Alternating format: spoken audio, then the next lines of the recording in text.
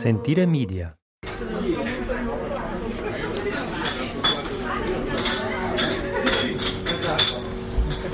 Ciao a tutti, this is NewsCappuccino.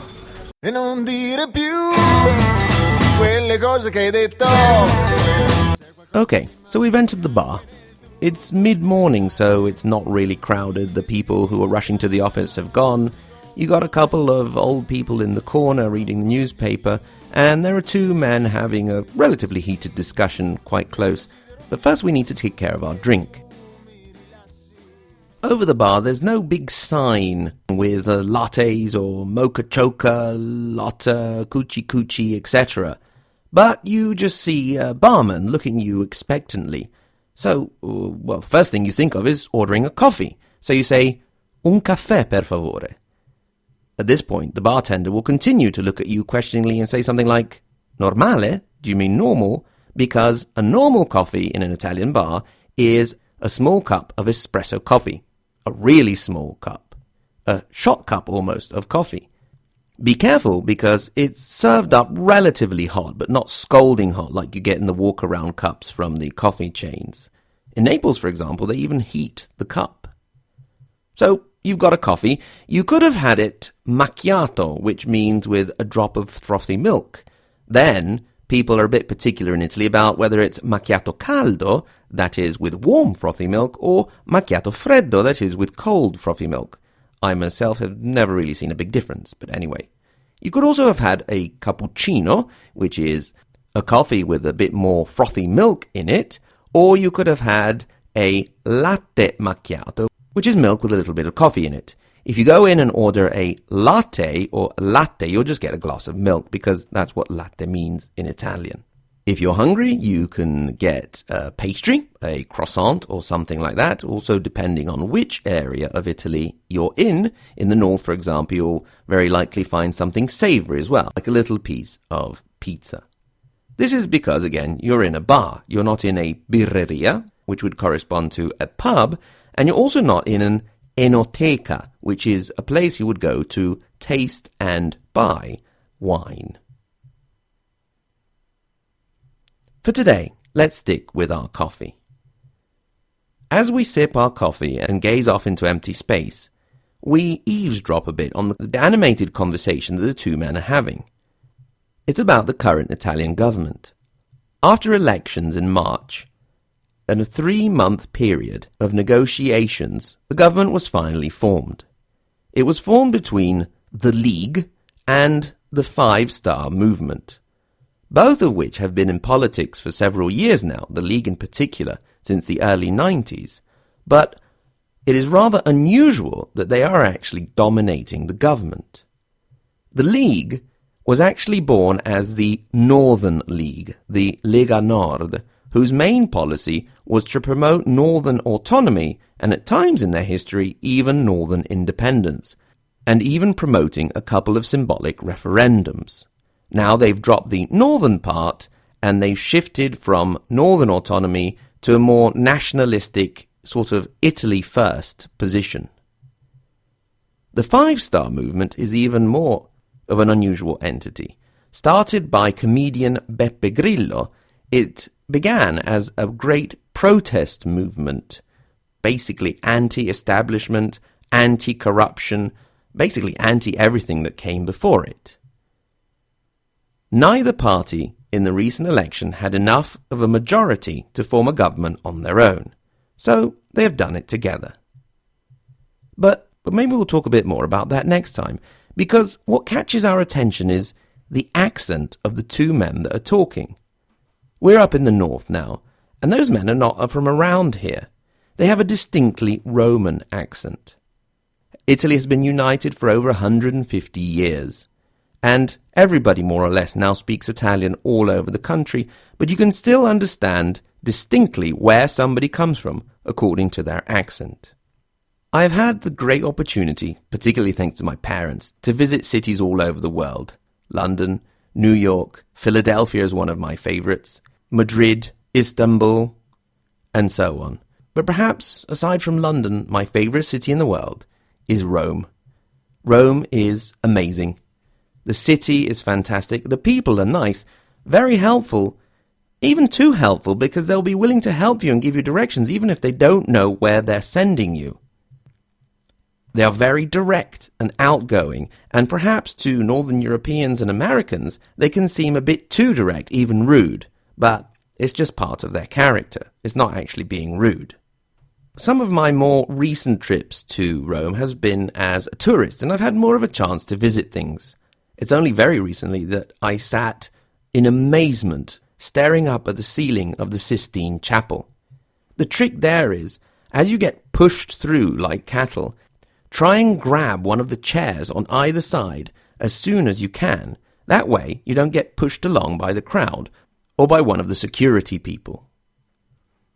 I also more recently actually went into the Colosseum, although my daughter, who was only 5 or 6 at the time, was not impressed at all, and duly fell asleep. So all the pictures we have of me there are with a little girl draped over me, sleeping soundly. If I were to try and do that now, I'd probably come out of it with serious back problems. But perhaps the most memorable trip I ever had to Rome was when I went for a conference in which I was speaking about human rights. The conference was relatively early, one Saturday morning. I don't really remember the time, but let's say around 10ish. Back then, we still didn't have our fancy high-speed trains, so the trip to Rome was 4 or 5 hours by train from my city. I looked at all the tables, and considering that volunteering for human rights gives you no money at all, I had to choose the cheapest option. So the cheapest option was an overnight train, but without reserving a sleeping coach. So I put on my suit and tie and took my fancy leather bag, because I was supposed to speak in the Campidoglio, the city's Capitol building, and there was even going to be a senator intervening at my side. So I got onto the night train. I walked along the very crowded coaches and compartments and started to despair of finding a seat. Finally, I came into a coach that was completely and totally deserted. What great luck! I sat down, stretched out, and thought that I'd even have room to lie down and sleep without anyone bothering me.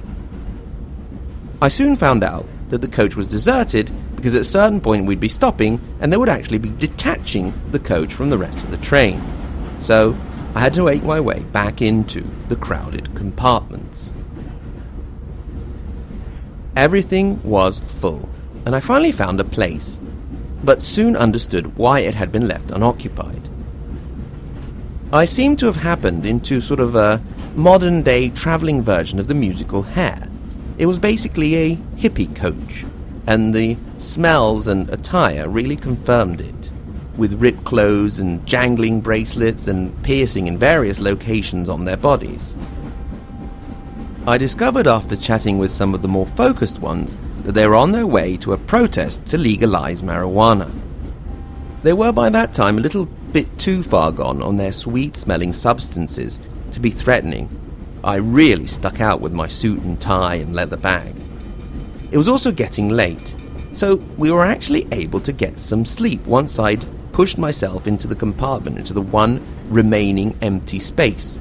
Once we'd closed the compartment door to block out the smell of vomit out in the hallway, we actually snoozed a little bit. I arrived in Rome very early in the morning, I would say just before 7 o'clock. And so I decided to make my way to the Colosseum via the underground, and then take the not too long walk from the Colosseum to Piazza Venezia and the Campidoglio. I think that walk is one of my fondest and most intense memories of visiting a city. At that early hour on a Saturday morning, there was absolutely no one around. No tourists, no municipal workers, no buses, no trash collectors. No one.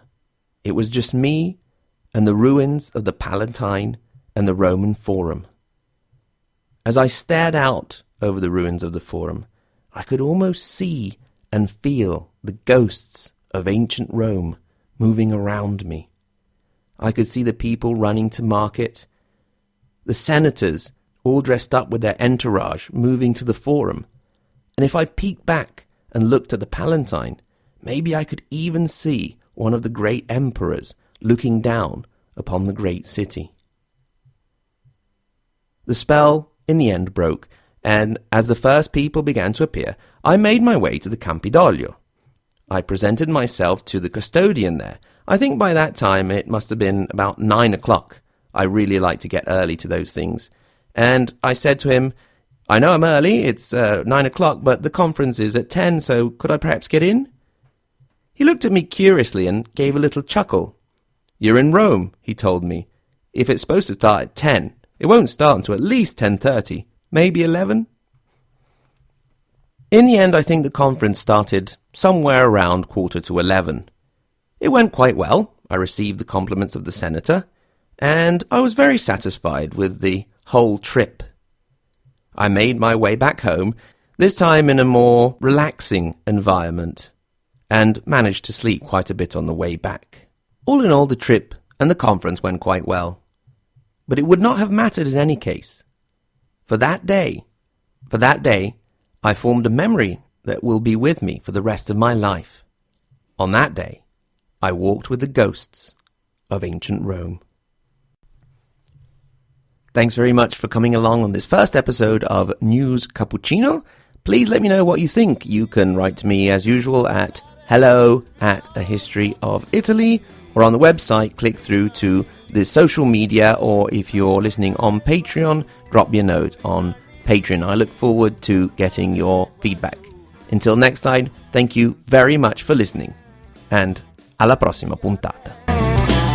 Anzi vai pure a rimediare, anzi vai pure a rimediare.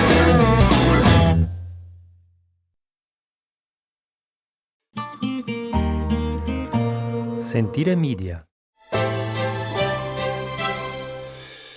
Hey, podcast producers and show hosts. Do you want to join a podcast network that celebrates all things Italian?